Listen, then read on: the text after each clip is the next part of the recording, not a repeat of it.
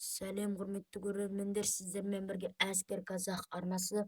Қазір мен ютубтан қалай видео скачать етуге болады деген сұраққа жауап беремін. Ол үшін біз ютубқа кіреміз.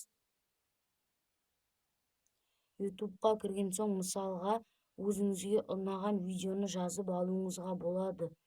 Мен Ерке Есмаханның KZ жігіт деген өлеңін жазып алайын деп жатырмын.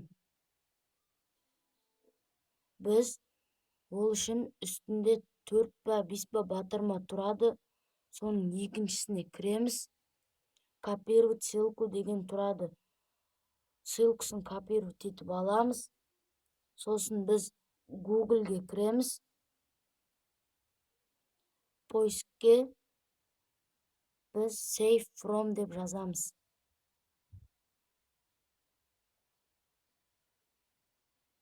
Ең бірінші шығып тұрады, соған кіреміз.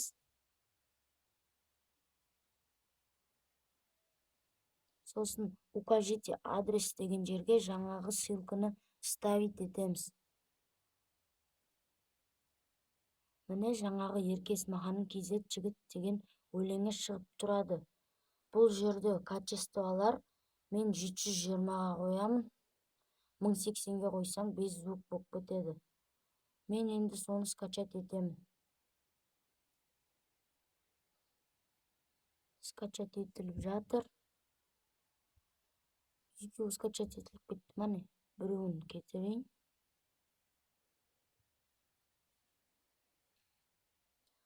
Сосын осы видео сіздің галереяңызға сохранить етіледі. Менің каналыма тіркеліңіздер, достар. Мен қандай челлендждер орындайын, комментарияға жазып кетіңіздер. Сау болыңыздар.